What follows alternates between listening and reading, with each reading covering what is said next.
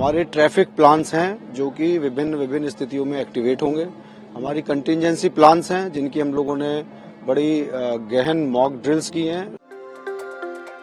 Traffic restriction कल शाम से ही लागू हो जाएगा और जो पासेस हम लोगों ने इशू किए हैं पर्टिकुलर वो ही केवल व्हीकल्स अलाउड होंगे। मुख्य स्नान पर्व के एक दिन पहले एक दिन बाद पूरा नो व्हीकल जोन हम लोग उसे डिक्लेयर किए हैं, तो उसमें व्हीकल अलाउड नहीं होगा।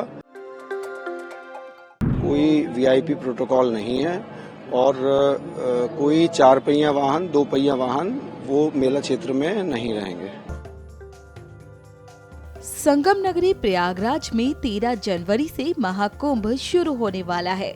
पूरी दुनिया का ये सबसे बड़ा जन समागम 26 फरवरी तक चलेगा। इस बार के महाकुंभ में लगभग 45 करोड़ श्रद्धालुओं के शामिल होने की संभावना है। इस विशाल जन समागम को देखते हुए पूरे प्रयागराज में सुरक्षा व्यवस्था के पुख्ता इंतजामात किए गए हैं।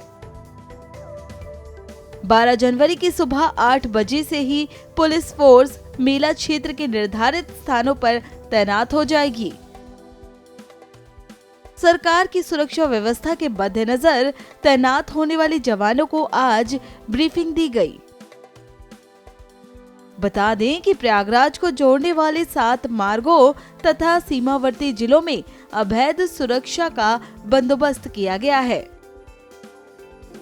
मुख्यमंत्री योगी आदित्यनाथ द्वारा प्रयागराज के चारों तरफ अवैध सुरक्षा का एक चक्रव्यूह बनाए जाने के निर्देश के बाद इसके पुख्ता बंदोबस्त किए गए हैं। कल 12 तारीख के सुबह से ही 8 बजे से हम लोग की ड्यूटीज जो हैं वो खड़ी हो जाएंगी, जो पीक डे स्नान की ड्यूटी हैं। और आज हम लोग की फोर्स की ब्रीफिंग चल रही है। जितनी भी फोर्स तैनात है सभी हमारे राजपत्रित अधिकारी, सभी हमारे थाना प्रभारी, चौकी प्रभारी और सेंसिटिव लोकेशंस पे, बैरियर्स पे जो फोर्स है उन पे जो तैनात पुलिसकर्मी हैं वो बुलाए गए हैं। इनकी डिटेल में ब्रीफिंग की जा रही है। हमारे ट्रैफिक प्लान्स हैं जो कि विभिन्न स्थितियों में एक्टिवेट होंगे। हमारी कंटिजेंसी प्लान्स हैं जिनकी हम लोगों ने बड़ी गहन मॉक ड्रिल्स की हैं विभिन्न कंटिजेंसीज को निपटने के लिए। उनके संबंध में पुनः यहाँ पे ब्रीफिंग करी जाएगी और हम लोग पूरी तरीके से तैयार हैं। कल सुबह 8 बजे से हमारी ड्यूटियां जो है वो मुस्तैद खड़ी हो जाएंगी। ट्रैफिक रिस्ट्रिक्शन कब से लागू होगा, क्या क्या है इसमें? देखिए, ट्रैफिक रेस्ट्रिक्शन कल शाम से ही लागू हो जाएगा और जो पासेस हम लोगों ने इशू किए हैं पर्टिकुलर वो ही केवल व्हीकल्स अलाउड होंगे, लेकिन पीक डे पे कोई वाहन अलाउड नहीं होगा। मुख्य स्नान पर्व के एक दिन पहले एक दिन बाद पूरा नो व्हीकल जोन हम लोग उसे डिक्लेयर किए हैं, तो उसमें व्हीकल अलाउड नहीं होगा। जो पैदल तीर्थ यात्री आते हैं स्नान के लिए काफी बड़ी भारी संख्या में, उनकी जो सुविधा है वो सर्वोपरि है कि उन्हें कोई दिक्कत ना हो और सभी लोग अच्छे से आएं और सकुशल स्नान करके लौटें।